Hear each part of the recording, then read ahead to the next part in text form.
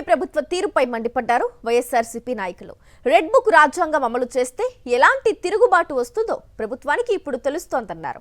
కొందరు పోలీసులు ప్రభుత్వానికి వంత పాడుతున్నారని, అలాంటి వారికి తగిన బుద్ధి చెబుతామన్నారు. వైఎస్ జగన్ మళ్లీ సీఎం కాగానే చర్యకు ప్రతిచర్య ఖచ్చితంగా ఉంటుందని హెచ్చరించారు.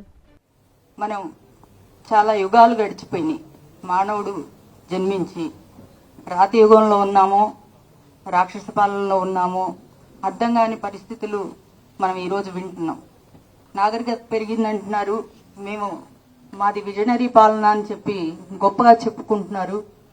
తీరా చూస్తే ఆ గ్రామాల్లో వ్యక్తుల్ని అక్కడ ఉండనివ్వని పరిస్థితులు చూస్తుంటే మరి ఇదేమి విజనరీ పాలన అని చంద్రబాబు నాయుడు గారిని అడగాలనిపిస్తూ ఉంది.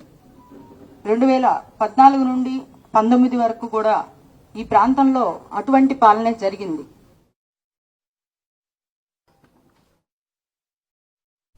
చంద్రబాబుకు దళితుల ఓట్లు కావాలి కానీ వారి ప్రాణాలు అక్కర్లేదా అని ప్రశ్నించారు వైఎస్ఆర్సీపీ నేతలు.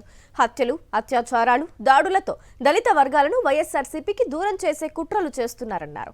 ఎవరు ఎన్ని కుట్రలు చేసినా ఎస్సీ వర్గాలన్నీ వైఎస్ జగన్ వెంటే ఉంటాయన్నారు. మందా సాల్మంది ముమ్మాటికి ప్రభుత్వ హత్యేనని, ఆయన కుటుంబానికి ₹1 కోటి పరిహారం ఇవ్వాలని డిమాండ్ చేశారు. ఇవాళ చంద్రబాబు నాయుడు గారు, వాళ్ళ కుమారుడు లోకేష్, పవన్ కళ్యాణ్ వీళ్ళ ఆధ్వర్యంలో పోలీసు వ్యవస్థ కుప్పగూలిపోయే విధంగా మరి చివరి స్థానంలో నిలబడ్డారంటే లా అండ్ ఆర్డర్ ఎంత దెబ్బతిందో మనందరం కూడా పరిశీలించుకోవచ్చు.